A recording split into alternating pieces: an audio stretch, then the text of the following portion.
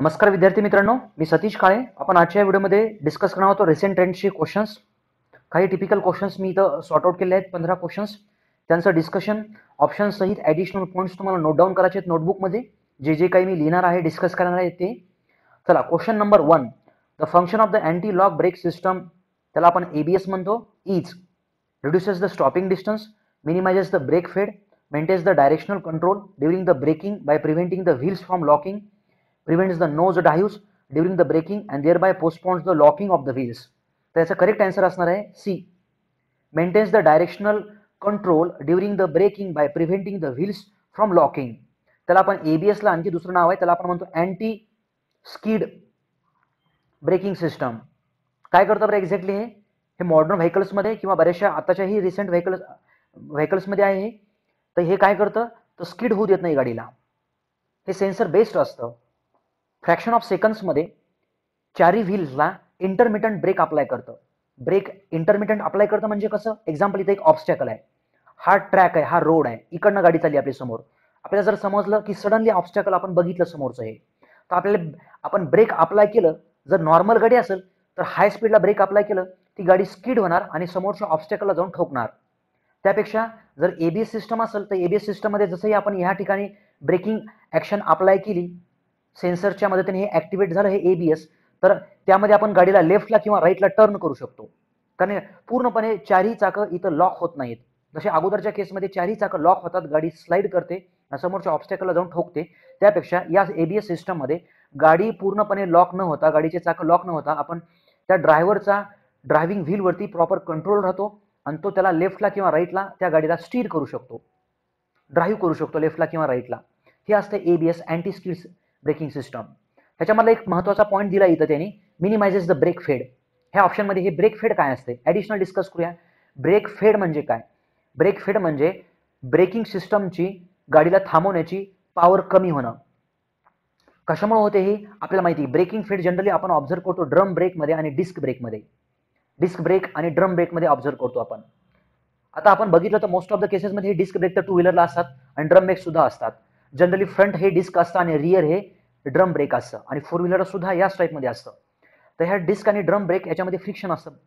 Friction असतं, बरीचशी heat तयार होते आणि हीट बिल्टअप होऊन वारंवार हीट बिल्टअप होऊन ब्रेकिंग ॲक्शनमुळं या ब्रेकिंग प्लेट्सची, ब्रेकिंग सिस्टमची एफिशियन्सी कमी होते आणि ह्यांची गाडीला थांबवण्याची स्टॉपिंग पॉवर कमी होत असते. त्याला आपण म्हणतो ब्रेक फेड. चला, अँटी स्किड ब्रेकिंग सिस्टम विषयी आपण बघितलंय. अँटी स्किड ब्रेकिंग सिस्टममध्ये जर आणखी सांगायचं असेल तर हे सगळं सेन्सर बेस्ड आहे.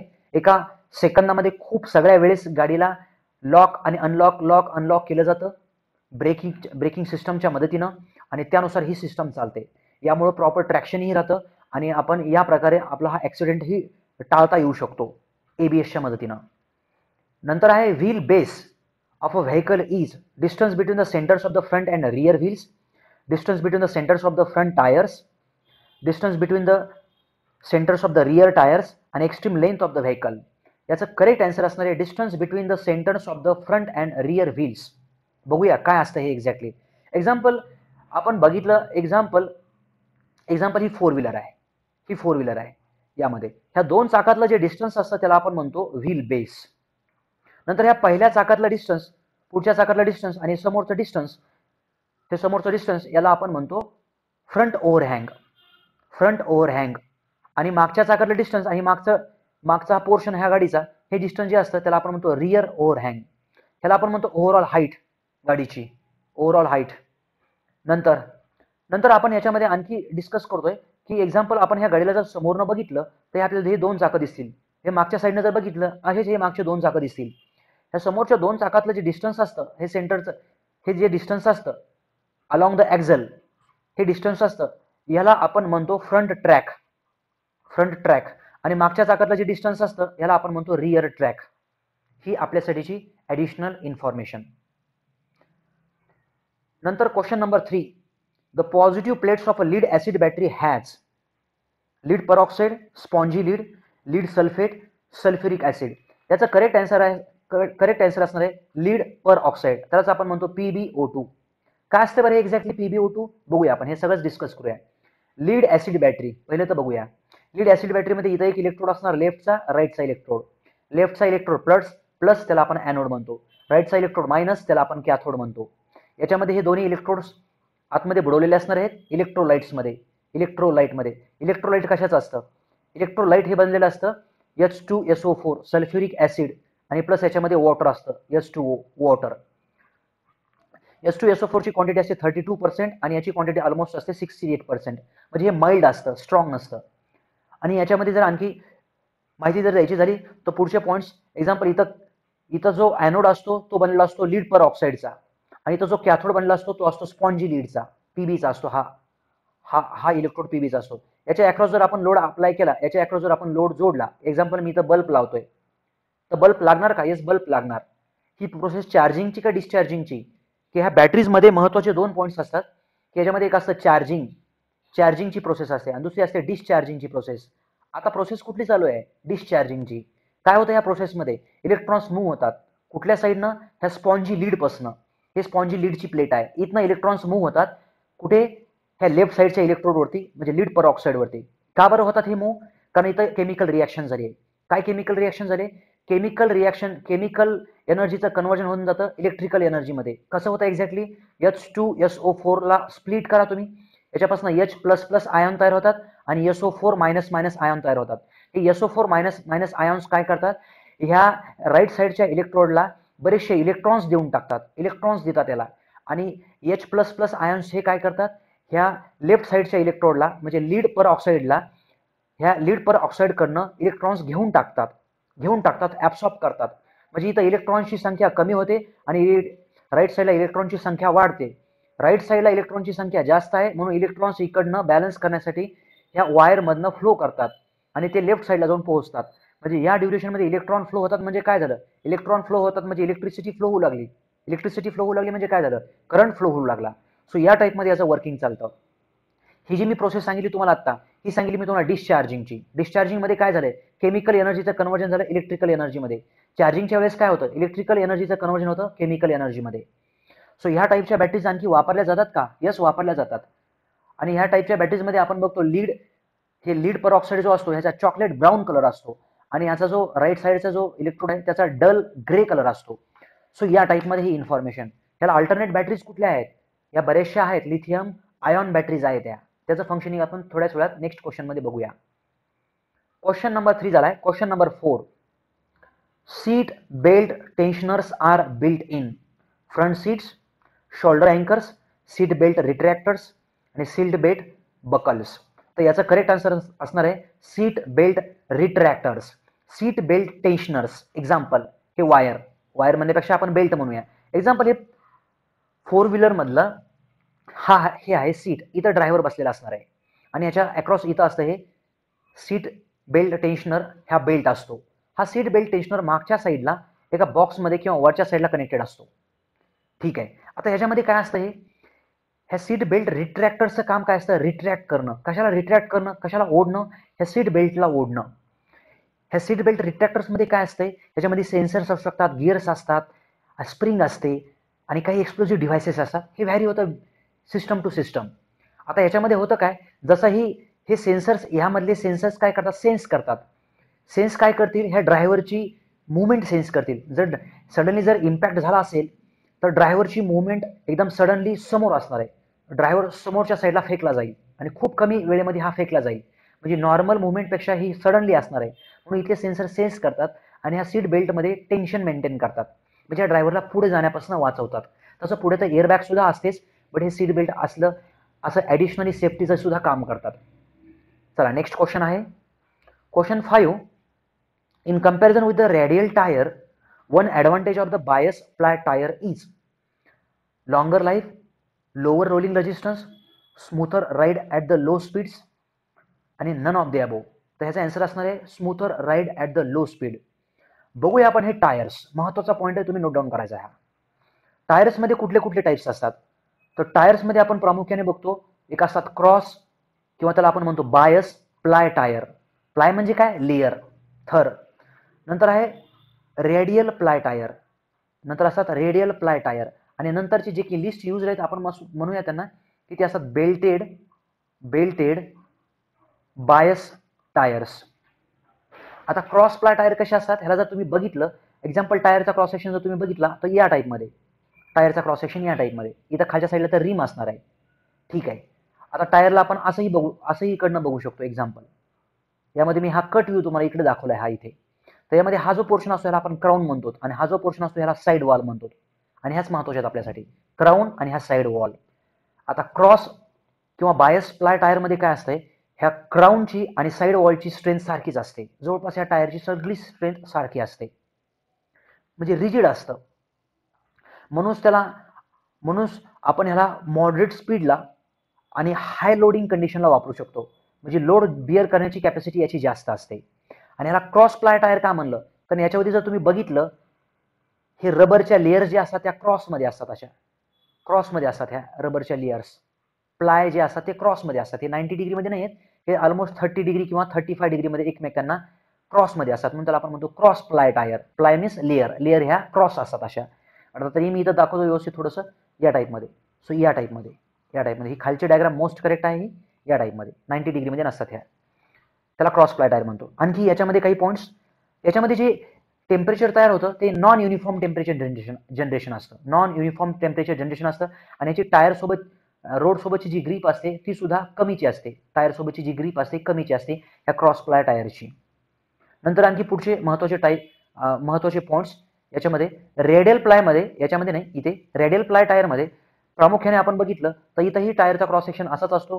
हा क्राऊन असतो, हा साईड वॉल असतात आणि या क्राऊनची स्ट्रेंथ जास्त असते आणि साईड वॉलची स्ट्रेंथ कमी असते.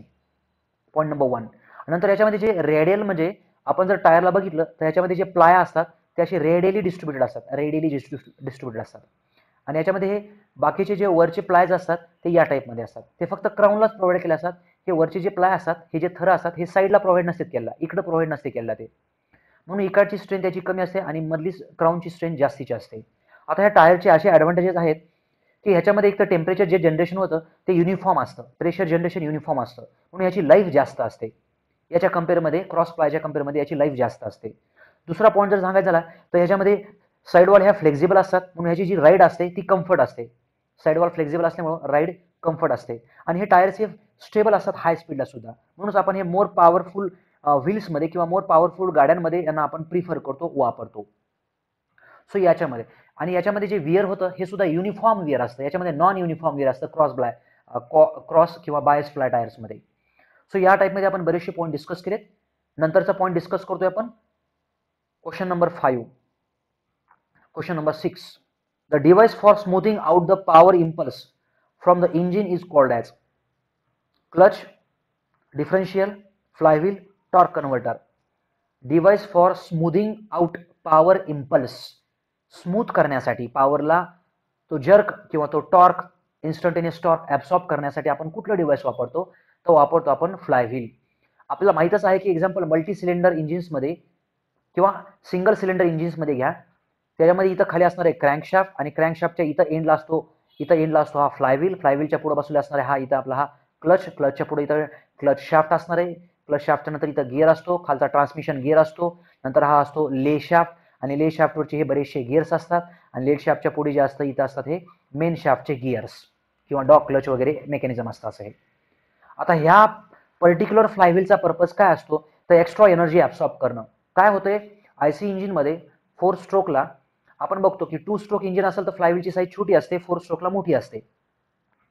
आता 4 स्ट्रोक इंजिनमध्ये आपण बघतो की पॉवर स्ट्रोक जसाही जनरेट होतो तर खूप सगळा जर्क किंवा खूप मोठा जर्क तयार होतो. या जर्क तयार झाला की हा जो जर्क असतो हे व्हायब्रेशन्स असतात, हे एक्स्ट्रा व्हायब्रेशन्स एक्स्ट्रा जर्क हे इथं हा फ्लायव्हील ॲब्सॉर्ब करत असतो. आणि आणखी काही बॅलन्सिंग पर्पजसाठी आपण क्रँकशाफ्टची सुद्धा डिझाईन चेंज करत असतो. क्रँकशाफ्टची वेगळी डिझाईन असते, त्यामध्ये काउंटर वेट्स वगैरे वापरलेले असतात. आता मी तुम्हाला हे सांगतोय सिंगल सिलेंडरचं. आता यामध्ये मल्टी सिलेंडरही असंच असतं. ठीक आहे. आता सिंगल सिलेंडरमध्ये हे जे फ्लायव्हील असतं, फ्लायव्हीलचा मेन पर्पज असतो की एक्स्ट्रा एनर्जी सेव्ह करणं.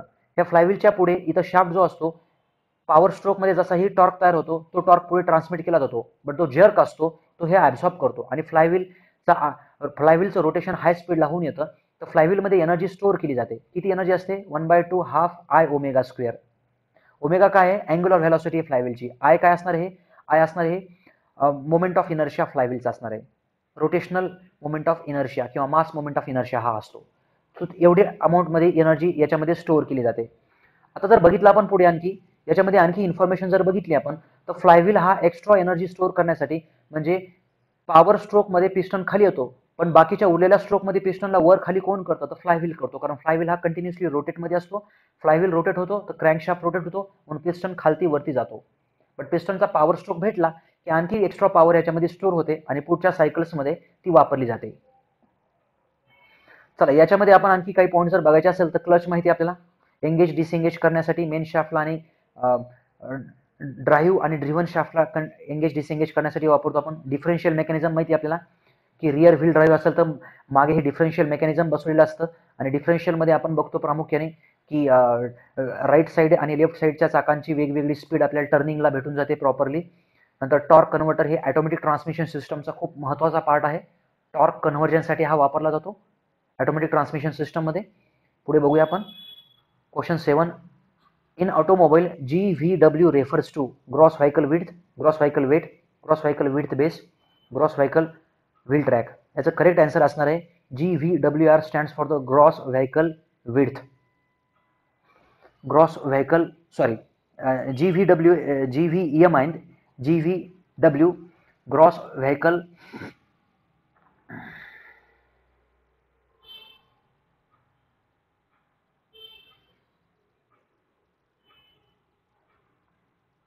Gross vehicle weight. याच्यामध्ये काही डिस्कस करण्याचा पॉईंट नाही. ग्रॉस मीन्स टोटल वजन, त्या गाडीचं टोटल वजन असणार आहे. सगळं सिस्टम कंपाऊंड्स कन्सिडर केल्यानंतरचं हे GVW असतं. हे मॅन्युअल्समध्ये प्रोव्हाइड केलं असतं बऱ्याचशा गाड्यांच्या. चला question number 8. Question number 8. The function of the first compression ring is that increases the combustion temperature, creates the swirl, maintains the seal and prevents the fuel leakage, maintains the seal, prevents the escape of the burned gases and the loss of the pressure in the combustion chamber.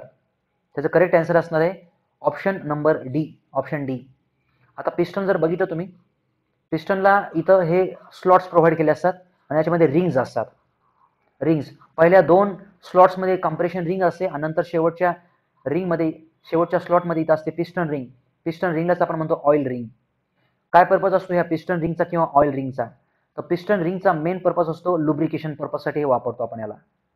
याचं main function आहे. आणखी त्यालाच आपण आणखी काही छोटे छोटे पॉईंट्समध्ये discuss जर झालं तर हीट ट्रान्सफरसाठी सुद्धा हे मदत करतं आपल्याला. हीट ट्रान्सफरसाठी आणि प्रॉपर ऑइल क्वांटिटी मेंटेन करते ह्या लुब्रिकेशन सरफेसवरती. आणि नंतर आणखी याचा सिलिंगसाठी सुद्धा थोडाफार प्रमाणात यूज होतो. सील म्हणजे वरचे बर्न गॅसेस खाली न येऊ देण्यासाठी याचा यूज होतो. बट त्यापेक्षाही महत्त्वाची ह्या कामासाठी जी रिंग आहे तर कम्प्रेशन रिंग्स असतात इथे. आता ह्या कम्प्रेशन रिंग्स कशा असतात ह्या तर कम्प्रेशन आता पिस्टन रिंग जे असतात मेटालिक असतात आणि स्प्लिट असतात. स्प्लिट म्हणजे अशा पूर्ण नसतात त्या. आणि कम्प्रेशन रिंग विषयी बोलायचं झालं तर कम्प्रेशन रिंग त्याच्या नावामध्येच आहे की वरचे जे बर्न गॅसेस असतात तिथं हाय प्रेशर तयार झाल्यानंतर ह्या मधल्या क्लिअरन्समधनं ह्या गॅसेसला खाली न येऊ देण्याचं काम ह्या कम्प्रेशन रिंग्स करत असतात. म्हणजे सिलिंग पर्पजसाठी आपण वापरतो कम्प्रेशन रिंग. त्याच्या ॲडिशनली ह्यांचा पर्पज काय असतो हीट ट्रान्सफरसाठी पर्पज असतो. म्हणजे आतमधल्या पिस्टनच्या एरियामध्ये किंवा पिस्टनचं टेम्परेचर खूप जास्त झालेलं असतं तर पिस्टनपासून हीट कम्प्रेशन रिंगला आणि कम्प्रेशन रिंगपासून जी हीट जाते ट्रान्सफर होते त्या सिलेंडर वॉलला ट्रान्सफर होते. तर हे काही पर्पजेस आहेत याचे ह्या रिंगचे. आणि आपण बघतो की ह्या पिस्टनची साईज सुद्धा वेगवेगळी असते. पिस्टनवरती क्राऊन प्रोव्हाइड केला असतो. पिस्टनवरती काही खड्डे असतात तर त्या खड्ड्याचा जो पर्पज असतो ते स्वर्ल प्रोव्हाइड करण्यासाठी असतो जेणेकरून air fuel mixture properly mix व्हावं. किंवा काही काही ठिकाणी तुम्हाला पिस्टन टू स्ट्रोकमध्ये तुम्हाला असे दिसतील. हा क्राऊन असतो ह्याचा पर्पज असतो स्कॅव्हेंजिंग म्हणजे बर्न गॅसेसला बाहेर फेकून देण्यासाठी यांनी मदत होते ह्या क्राऊननं. पिस्टनच्या डोक्यावरती प्रोव्हाइड केला असतो क्राऊन. नेक्स्ट क्वेश्चन आहे question number 9. The torque available at the contact between the driving wheels and the road is known as brake effort, tractive effort, clutch effort, none of the above. आता याच्यामध्ये answer असणार आहे ट्रॅक्टिव्ह effort. काय असतं बरं exactly ट्रॅक्टिव्ह effort काय असतं? ट्रॅक्टिव्ह effort म्हणजे चाकांपाशी जी असलेली टॉर्क आहे तर आपण ट्रॅक्टिव्ह एफर्ट म्हणूया. आता एक्झाम्पल ट्रॅक्टिव्ह एफर्टला जर आपण मल्टिप्लाय केलं ट्रॅक्टिव्ह एफर्ट इंटू स्पीड जर मल्टिप्लाय केलं तर आपल्याला भेटते त्या गाडीची हॉर्स पॉवर. HP त्याला आपण म्हणतो. हॉर्स पॉवर किलोवॅटमध्ये आपण एक्सप्रेस करतो जनरली हॉर्स पॉवर. आता ट्रॅक्टिव्ह एफर्ट काय असतात? ट्रॅक्टिव्ह एफर्ट म्हणजे हा फोर्स ट्रॅक्टिव्ह एफर्ट म्हणजे फोर्स किती लागतो, ह्या force required to move the load, to move the vehicle, त्याला आपण म्हणतो ट्रॅक्टिव्ह एफर्ट. आणि नंतरचा दुसरा वर्ड असतो ट्रॅक्शन. ट्रॅक्शन म्हणजे काय, त्या टायरची रोडसोबतची ग्रीप किंवा फ्रिक्शन फोर्स त्या टायरचा, फ्रिक्शन त्या टायरचं त्या रोडसोबतचं. फ्रिक्शन फोर्स म्हणजे एफ इक्वल्स टू असतो म्यू इंटू डब्ल्यू. म्यू काय हा, म्यू असणार हा the coefficient of the friction between the tyre and the road surface. आणि डब्ल्यू काय असणार आहे, डब्ल्यूला पुढे आपण एम जी सुद्धा लिहू शकतो. म्हणजे हा फॉर्म्युला झाला F equals to mu into M G. M म्हणजे असणार आहे त्याचं मास आणि जी मध्ये असणार आहे acceleration due to gravity. Question 10. The forced fed lubrication system means that the oil is delivered to the engine by gravity, नंतर आहे pressure created by the oil pump, नंतर आहे splashing action of the crankshaft and none of the above. याचं correct answer असणार आहे the pressure created by the oil pump. आपल्याला माहितीच असेल की आपण वेगवेगळ्या टाईपचे लुब्रिकेशन सिस्टम बघितलेले आहेत एका व्हिडिओमध्ये मागच्या. आता या फोर्स फेड लुब्रिकेशन सिस्टम मध्ये पंप वापरला जातो आणि पंपच्या मदतीने एक्झाम्पल इथं खाली असतो ऑइल सम्प त्याला म्हणतो. इथं असतं स्ट्रेनरचा पर्पज असतो की जी इम्प्युरिटीज आहेत, कंटेमिनेशन आहे त्याला ट्रॅप करणं. आणि इथं ही इनलाईन आहे, इथनं जसंही ऑइल आतमध्ये खेचलं जातं ते स्ट्रेनरच्या मदतीनं तिथं ट्रॅप होते त्यातली घाण. आणि इथं असतो ऑइल पंप काय करतो, ऑइल पंप त्या ऑइलला घेतो, त्याच्यामध्ये प्रेशर ॲड करतो, प्रेशराईज करतो आणि त्याला वेगवेगळ्या ऑइल गॅलरीजमध्ये, ऑइल कंपार्टमेंटमध्ये किंवा ज्या ठिकाणी ऑइलची रिक्वायरमेंट आहे, लुब्रिकेशनची गरज आहे तिकडे पाठवून देतो. आणि लुब्रिकेशन या टाईपमध्ये फोर्स फेड सिस्टममध्ये होऊन येतं. लुब्रिकेशन कशासाठी असतं, त्याचा मेन पर्पज असतो हीट ॲब्सॉर्ब करणं. त्याच्याही पेक्षा महत्त्वाचा पर्पज आहे लुब्रिकंट, म्हणजे हीट ॲब्सॉर्ब करणं आणि म्हणून ॲक्ट होणं, लुब्रिकंट म्हणून ॲक्ट होणं किंवा फ्रिक्शनला कमी करणं आपण असं म्हणू शकतो याला. वेगवेगळ्या टाईपचे लुब्रिकेशन सिस्टम्स असतात. त्याच्यामध्ये आपण बघतो पेट्रोल लुब्रिकेशन सिस्टम असतं, पेट्रोल किंवा त्यालाच आपण म्हणतो मिस्ट लुब्रिकेशन सिस्टम. पेट्रोल आणि ऑइल हे इनपुटद्वारे टाकलं जातं, आतमध्ये टाकलं जातं टँकमध्ये. नंतरची लुब्रिकेशन सिस्टम असते ऑटोल्यूबमध्ये काय केलं जातं, एक टँक आणि त्या टँकमध्ये ऑइल असतं आणि त्याला प्रेशराईज करून ते वेगवेगळ्या लुब्रिकेशन पार्ट्सला वापरलं जातं. हा टँक सेपरेट ठेवला जातो, असा नसतो हा टँक. थर्ड लुब्रिकेशन सिस्टम असतंय महत्त्वाचं आहे स्प्लॅश लुब्रिकेशन सिस्टम. स्प्लॅशमध्ये काय होतं की आपण बघतो की खाली जे ऑइल संप असतं, इथं जो क्रँकशाफ्ट आहे, क्रँकशाफ्टच्या खालच्या साईडला इथं ऑइल ट्रफ्समध्ये ऑइल स्टोअर केलं जातं आणि इथं जे स्प्लॅशर जे असतात ते ऑइल असं इंजिनच्या आतल्या साईडला फेकतात, उडवतात ऑइल. त्याला आपण म्हणतो स्प्लॅशिंग ऑफ द ऑइल किंवा स्प्लॅश लुब्रिकेशन सिस्टम. आणि नंतरचं महत्त्वाचं आहे प्रेशर बेस्ड लुब्रिकेशन सिस्टम. त्याच्यामध्ये दोन टाईप्स असतात, एक असतं वेट संप आणि दुसरं असतं ड्राय संप. ड्राय संप वापरतो आपण जनरली हाय स्पीड परफॉर्मन्स कार्समध्ये वापरतो आणि वेट संपमध्ये आपण ऑलरेडी डिस्कस केलं आहे व्हिडिओजमध्ये. चला क्वेश्चन नंबर 11, महत्त्वाचा क्वेश्चन आहे, डिस्कस करूया आपण. The main characteristics of the maintenance free battery is. Maintenance free battery म्हणजे काय, maintenance free battery requires the little maintenance during the normal use and it is sufficient to add the water instead of the electrolyte containing the sulfuric acid. Maintenance free battery has the relatively short shelf life when compared to the standard batteries. Since it is a sealed, the water maintenance free batteries is not lost through the evaporation accordingly, and thus accordingly it is not necessary to top up the cells with the water. And recharging of a maintenance free battery is neither required nor possible. याच्यामध्ये correct answer असणार C. आता maintenance free battery म्हणजे काय, maintenance करायची गरज पडत नाही. म्हणजे कसं आपण म्हणतो की आपल्याला माहिती आहे की ह्या बॅटरीजमध्ये हे इलेक्ट्रोलाइट असतं. इलेक्ट्रोलाइटमध्ये आपण लीड ऍसिड बॅटरीमध्ये बघितलं की त्याच्यामध्ये H2O प्लस H2SO4 असतं. आता काय होतं कालांतराने ह्या बॅटरीजमध्ये हीट तयार होत असते बघा, हीट तयार होत असते केमिकलचं इलेक्ट्रिकलचं केमिकल एनर्जीमध्ये याच्यामध्ये हीट तयार होते आणि हे जे वॉटर असतं लिक्विड फॉर्ममध्ये हे इव्हॉपरेट होऊन जातं, बाहेर संपून जातं हे पाणी यामधलं. मग हे H2SO4चं कॉन्सन्ट्रेशन खूप वाढतं. मग ह्याला माइल्ड ठेवायचं आपल्याला, म्हणून आपण ह्याच्यामध्ये ॲड करत असतो वॉटर. कालांतराने बॅटरीजमध्ये आपण पाणी प्रोव्हाइड करत असतो. आता ह्या मेंटेनन्स फ्री बॅटरी ह्या नाहीत. मेंटेनन्स फ्री बॅटरी म्हणजे वॉटर टाकण्याची गरज पडत नाही तुम्हाला ॲडिशनली. वॉटर म्हणा किंवा हे ॲसिड म्हणा हे टाकण्याची गरज पडत नाही. एकदा तुम्ही बॅटरी घेतली तर त्या बॅटरीला तुम्हाला डायरेक्ट रिप्लेसच करावं लागणार आहे. रिप्लेसच करणं, ह्याच्यामध्ये पाणी टाकून आपण हे वापरू शकत नाही वारंवार. आता ह्या तसं बघितलं तर याची लाईफ सुद्धा जास्तीची असते. आपण जर ह्याला आयडियल कंडिशनला जर बघितलं तर हे 36 महिन्याकरता ही बॅटरी चालू शकते. काही स्टँडर्ड सांगतो मी तुम्हाला ज्या रेग्युलर यूजमध्ये आहेत त्या, सो त्या टाईपमध्ये. आता जर आपण बघितलं, चला याच्यामध्ये आपण आणखी डिस्कस करूया की इलेक्ट्रिकल व्हेकलचे कुठले कुठले टाईप्स आहेत, तर व्हेकलचे टाईप्स आहेत आपल्याकडे असलेले, त्यामध्ये आपण म्हणतो इलेक्ट्रिकल व्हेकल्स, त्याला आपण म्हणतो ऑल इलेक्ट्रिकल व्हेकल, याच्यामध्ये ह्या बॅटरीज वापरतो आपण. चला दुसरा टाईप असतो ह्या गाड्यांचा, दुसरा टाईप असतो हायब्रिड इलेक्ट्रिक व्हेकल. याच्यानंतर असते plug in hybrid electric vehicle, आणि नंतर शेवटचा जो टाईप असतो याच्यामध्ये तो असतो हायड्रोजन बेस्ड, किंवा त्याला आपण फ्युएल सेल इलेक्ट्रिक व्हेकल म्हणतो आपण त्याला. आता ह्या ऑल इलेक्ट्रिक व्हेकलमध्ये फक्त बॅटरीच्या मदतीनेच आपण ह्याला पॉवर देतो.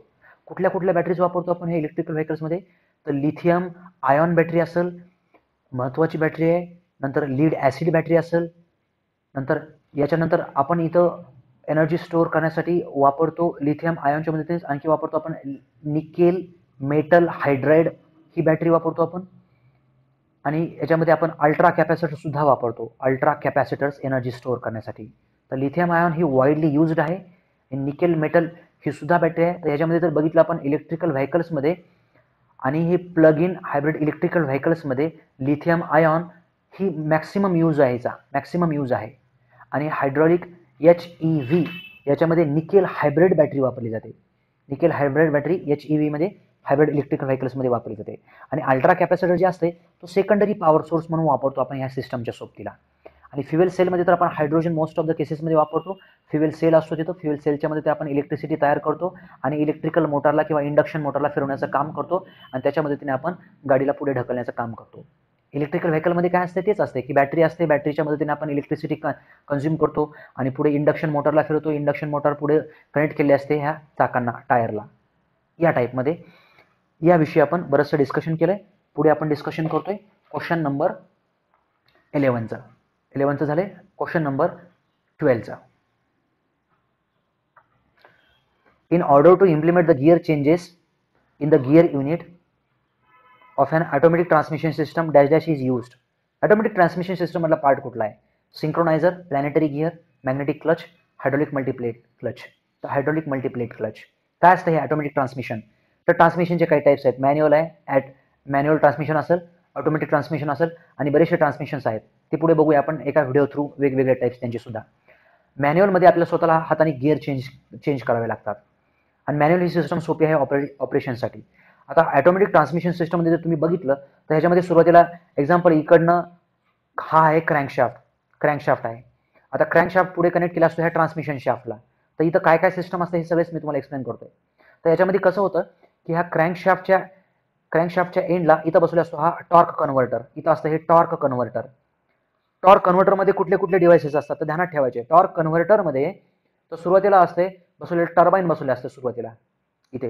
नंतर ह्या टर्बाईनच्या पुढे बसवले असतं, इथं बसवले असतो इथं बसवले असतं हे स्टेटर, इथं बसवले असतं स्टेटर, आणि त्या स्टेटरच्या पुढे बसवले असतं इथं असतो पंप बसवले असतो. हे असतं टॉर्क कन्व्हर्टर. टॉर्क कन्व्हर्टरच्या पुढेच ह्या ऑटोमॅटिक ट्रान्समिशन सिस्टममध्ये टॉर्क कन्व्हर्टरच्या पुढेच इथं असतो एक ऑइल पंप असतो छोटासा. त्याच्या पुढे असते इथं ब्रेकिंग सिस्टम असते, बँड ब्रेकिंग सिस्टम असते. त्याच्या पुढे काय असते तर याच्या पुढे असते इथं प्लॅनेटरी गिअर सेट असतो. प्लॅनेटरी गिअर सेट, त्याला आपण एपिसायक्लिक गिअर सेट सुद्धा म्हणतो, सन गिअर म्हणतो त्याला आपण, किंवा रिंग गिअर म्हणतो, प्लॅनेट गिअर म्हणतो. हे सगळं इथं बसवलं असतं. इथं खाली असतो ऑइल संप असतो किंवा ऑइल पॅन असतो लुब्रिकेशन सिस्टमसाठी, ह्या गिअरला लुब्रिकेशन प्रोव्हाइड करण्यासाठी. आणि ह्याच्या आतमध्ये असतो क्लच पॅक, म्हणजे बरेचसे क्लचच्या प्लेट्स इथं अवेलेबल असतात. आणि नंतर याच्या नंतर सुद्धा इथं असतो क्लच पॅक असतो. आणि याच्या थ्रू पॉवर जी ट्रान्समिट केली जाते ह्या ट्रान्समिशन शाफ्ट आहे. हा ट्रान्समिशन शाफ्ट थ्रू नंतर पॉवर मागच्या ट्रान्समिशनला आपण पॉवर ट्रान्समिट करतो, ह्याला आपण आउटपुट शाफ्ट सुद्धा म्हणू शकतो. या टाईपमध्ये असतंय ऑटोमॅटिक ट्रान्समिशन सिस्टमचं कन्स्ट्रक्शन. त्याच्यामध्ये मल्टीप्लेट क्लच ते हायड्रॉलिकली ऑपरेटेड असतं. मी आता सांगितलं तुम्हाला इथे आणि इथे असतं ते. सो या टाईपमध्ये. चला नंतरचा आपण क्वेश्चन डिस्कस करतोय. क्वेश्चन नंबर 13 महत्त्वाचा क्वेश्चन आहे. बरेचसे पॉईंट्स तुम्हाला नोट डाऊन करून घ्यायचे. The difference between the dot 3 and dot 4 brake fluid is. Dot 4 fluid have the higher boiling point than the dot 3 fluid. Dot 4 fluid have the lower boiling point than the dot 3 fluid. Dot 3, dot 4 fluids have the same boiling point, but dot 4 fluid has the longer service life. Dot 4 fluid is a more resistance to the freezing than the dot 3. That's a correct answer is dot 4. Dot 4 fluid have the higher boiling point than dot 3 fluids. आता हे dot काय आहे? Department of the transportation. हे काय आहे? Designation.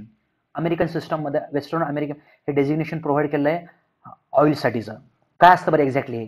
आणि कुठले वेगवेगळ्या टाईपचे आणखी डेझिग्नेशन्स आहेत. तर डॉट पहिलं डेझिग्नेशन असतं जे की वाईडली आणि अक्रॉस द ग्लोब हे यूज होतं. नंतरचं असतं SAEचं सोसायटी ऑफ ऑटोमोटिव्ह इंजिनियर्सचं डेझिग्नेशन असतं. आपण दोन्ही बघूया. आता ब्रेक फ्लुइडसाठी जे ऑइल्स वापरले जातात त्याच्यामध्ये प्रामुख्याने याच्यामध्ये असतं ग्लायकॉल इथर. एक्झाम्पल कुठल्या ऑइलमध्ये असतं हे डॉट 3च्या ऑइलमध्ये, डॉट 4च्या ऑइलमध्ये, डॉट 5च्या ऑइलमध्ये हे ग्लायकॉल इथर बसवलेलं असतं. आणि नंतर डॉट 5चं जे ऑइल आहे, डॉट 5.1 मध्ये ग्लायकॉल इथर असतं. आणि नुसतं डॉट 5चं जे ऑइल आहे त्याच्यामध्ये बसवले असतं, त्याच्यामध्ये टाकले असतं ॲज अ ॲडिटिव्ह सिलिकॉन असतं. म्हणजे आपण डॉट 3ला डॉट 4 मध्ये मिक्स करू शकतो, डॉट 4ला 5.1 मध्ये मिक्स करू शकतो. आणि 5 मध्ये आपण 3ला आणि 4ला मिक्स करू शकत नाहीत, कारण ह्यांच्या सगळ्या प्रॉपर्टीज वेगळ्या होऊन जातील. डॉट 3ला आणि 4ला जर मिक्स केलं तर काही होणार नाही, फक्त बॉइलिंग पॉईंट कमी होईल रिझल्टंटचा. हे डॉट 3, डॉट 4, डॉट 5 हे कशानुसार अरेंज केले? बॉइलिंग पॉईंटनुसार अरेंज केले. हायर बॉइलिंग पॉईंट आहे डॉट 5चा, नंतर त्याच्यानंतर आहे 4चा, नंतर आहे 3चा. बॉइलिंग पॉईंट हे ब्रेकिंग फ्लुइडमध्ये ब्रेकमध्ये काय होत असतं तर हीट तयार होत असते. हाय टेम्परेचरला त्या ऑइलनं सस्टेन करण्यासाठी त्यांचा बॉइलिंग पॉईंट जास्त असावा, हा त्याचा पर्पज असतो. आता आपण याच्याविषयी पुढे बघूया की ह्याच्यामध्ये हे DOT म्हणजे डिपार्टमेंट ऑफ द ट्रान्सपोर्टेशन यांनी टाकलंय डॉट 3चं ऑइल असतं, हे डॉट 3चं ऑइल असतं. आणि तसंच SAEचं डेझिग्नेशन कसं आहे तर त्याला म्हणतो आपण SAE. आणि पुढे असणार हे J1703. हे दोन्ही ऑइल एकच, फक्त हे SAEचं डेझिग्नेशन आहे, हे डॉटचं डेझिग्नेशन आहे. नंतर एक्झाम्पल मी जर लिहिलं डॉट 4 जर लिहिलं तर डॉट 4 लिहिलं तर हे कसं लिहिता येईल SAE. SAEचं डेझिग्नेशन कसं असेल 17 जे असणार इथं 1704 असणार आहे. सो हे आहे SAEचं डेझिग्नेशन. सो या टाईपमध्ये आणखी पुढचे जर पॉईंट याच्यामध्ये डिस्कस करायचे झाले असतील तर हे जे ऑइल आहे हे ब्रेकिंग ऑइल म्हणून वापरलं जातं. का बरं ब्रेकिंग ऑइल? ह्याचा पर्पज काय असतो की हे जे ऑइल आहे हे ऑइल काय करतं, जर आपण एकाच्या साईडने जर याला फोर्स जर अप्लाय केला, प्रेशर जर अप्लाय केला तर ह्या फोर्सला मॅग्निफाय करतं, फोर्सला वाढवतं आणि हा फोर्स पुढे ट्रान्समिट करतं. हे ब्रेकिंग ऑइलचं मेन फंक्शन असतं. हे ब्रेकिंग ऑइल कुठे कुठे वापरलं जातं? आणखी ब्रेकिंग ऑइल आणखी आपण क्लचमध्ये सुद्धा वापरू शकतो आणि ब्रेकमध्ये सुद्धा वापरू शकतो. हेच ऑइल ऑटोमोबाईल्समध्ये जनरली. आता ह्याचं कसं चालतं बरं ह्याचं फंक्शनिंग? हे जे ब्रेकिंग ऑइल असतं हे इनकम्प्रेसिबल असतं, म्हणजे कम्प्रेस होत नाही. म्हणून आपण एका साईडनं जो फोर्स अप्लाय करतो तो दुसऱ्या साईडला लगेच ट्रान्समिट होऊन जातो, कारण हे कम्प्रेसिबल नाही, म्हणून हे असं चालतं. हे आता जर आपण बघितलं तर ह्याच्यामध्ये आणखी कुठले ऑइल्स वापरले जातात तर मिनरल ऑइल सुद्धा असतात, सिलिकॉन बेस्ड ऑइल सुद्धा असतात. हे सिलिकॉन बेस्ड ऑइलचं तुम्हाला एक्झाम्पल दिलं मी, द डॉट 5.1 डॉट 5.1 नाही, डॉट 5 हे सिलिकॉन बेस्ड आहे, नुसतं आपण त्याला मिक्स करू शकत नाही त्या ऑइलमध्ये. ऑइलच्या कॅरेक्टरिस्टिक्स काय असावं, ते कलरलेस असावं आणि असं आपल्याला एक्सपेक्टेड आहे, आणि कलरलेसच आहे. डॉट 3 झालं, डॉट 4 झालं, एक्सेप्ट डॉट 5 आणि त्या सिलिकॉन असतं. नंतर question number 14, worm gear is used as the pinion for rack and pinion type of the steering gearbox because it improves the steering comfort when steering wheel is turned to effect small changes in the direction of the forward motion, allows the steering wheel to be turned by the greater amount when the steering and makes the steering more responsive, reduces the amount of the kickbacks for the large steering angles. 14 नंबरचा answer असणार आहे ए. Steering comfort आपला याच्या मदतीने वाढतो. आता steering वेगवेगळ्या टाईपच्या स्टीअरिंग सिस्टम्स आहेत आणि त्याच्यामध्ये बसवलेलं असतं स्टीअरिंग गिअरबॉक्स. स्टीअरिंग बॉक्स कुठले स्टीअरिंग बॉक्सेस अवेलेबल आहेत, स्टीअरिंग गिअर्स अवेलेबल आहेत तर वॉर्म अँड नट हा सुद्धा अवेलेबल आहे. त्यालाच आपण रिसर्क्युलेटिंग गिअरबॉक्स म्हणतो, सर्क्युलेटिंग स्टीअरिंग गिअरबॉक्स किंवा स्टीअरिंग म्हणतो आपण त्याला. आता रिसर्क्युलेटिंग कुठे वापरला जातो? हा रिसर्क्युलेटिंग बॉल सुद्धा म्हणतो, त्याच्यामध्ये बॉल्स असतात आणि एक वॉर्म व्हील असतो. हा कुठं वापरला जातो? हा वापरला जातो हेवी लोडेड ट्रक्समध्ये, कारण हेवी लोडेड ट्रक्समध्ये एक तर त्यांचं वजन जास्त असतं आणि टायरचं ट्रॅक्शन सुद्धा जास्त असतं रोडसोबत. म्हणून आपण जर स्टीअरिंग व्हील जर फिरवलं तर लवकर ह्यांचे टायर्स फिरले जात नाहीत. ह्यांचे खालचे जे टायर्स असतात ते लवकर फिरत नाहीत, कारण एक तर लोड जास्त असतो. म्हणून आपण तिथं वापरतो रिसर्क्युलेटिंग, ध्यानात ठेवायचं आहे. नंतर आणखी कुठला मोस्ट वाईडली यूज्ड आहे? Rack and pinion. Rack and पिनियनमध्ये कसं असतं?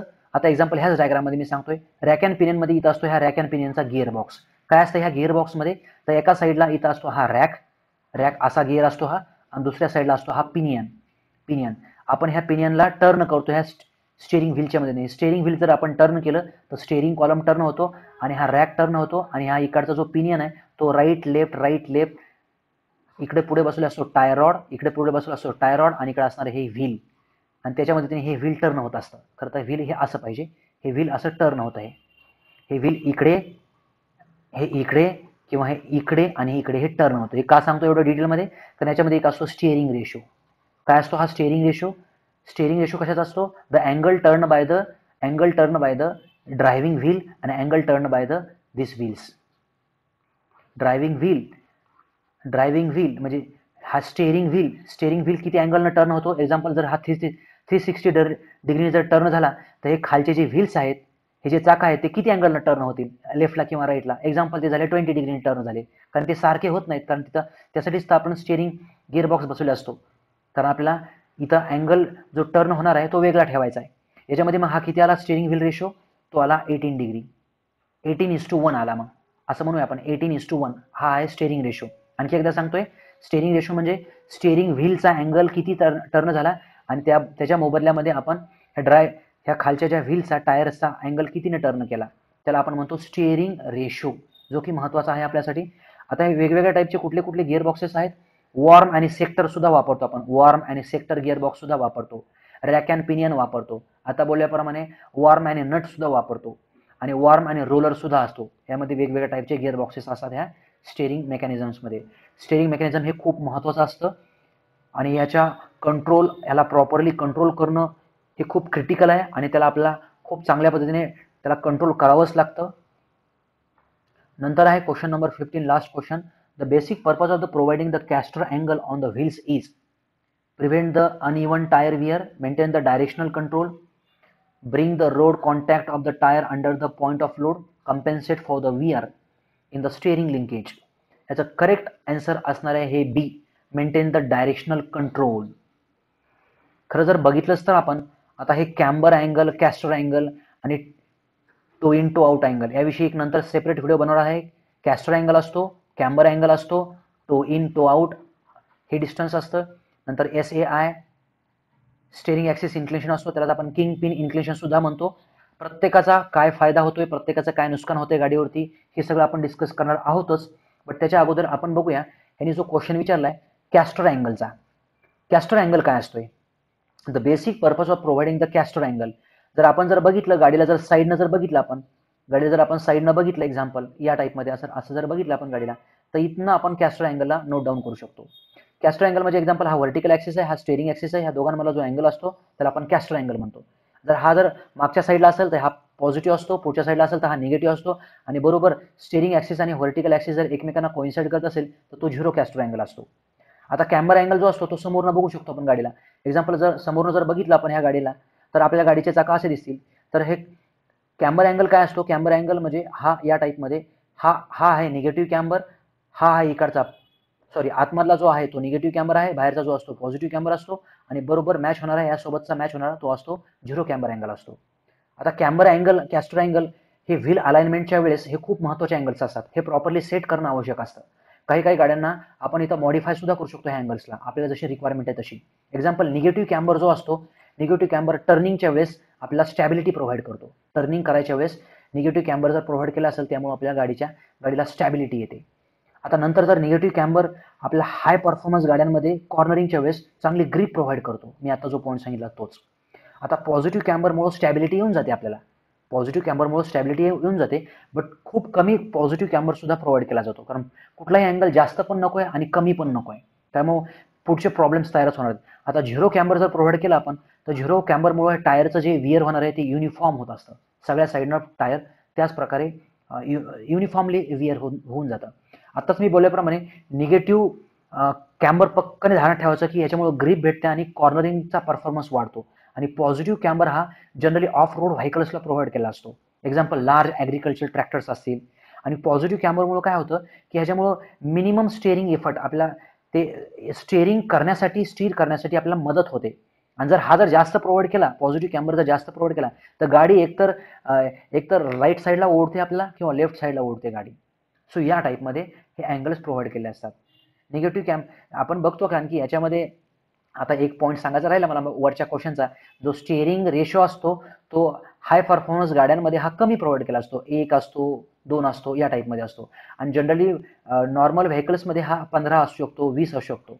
कारण हाय परफॉर्मन्स गाड्यामध्ये, रेसिंग कार्समध्ये जर स्टिअरिंग रेशो जर जास्त असेल तर प्रॉब्लेम तयार होऊ शकतो. कारण स्टिअरिंग रेशो म्हणजे आपण कमीत कमी स्टिअरिंग रेशो प्रोव्हाइड करणं, याचा मिनिंग असा होतो की आपण स्टिअरिंग व्हील जर थोडं जरी फिरवलं तर त्याच्या मोबदल्यामध्ये आपल्याला लगेचच आउटपुट भेटून जातं ह्या खालच्या ड्रायव्हिंग व्हील्सवरती. सो त्यामुळं आपण जनरली हायर रेसिंग कार्समध्ये हा अँगल कमी प्रोव्हाइड करत असतो. So thank you students. आणि या प्रकारे आपली ही सिरीज महत्त्वाच्या क्वेश्चनचं डिस्कशन चालणारच आहे. त्यामुळे तुम्ही ह्या चॅनलला सबस्क्राईब करू शकता.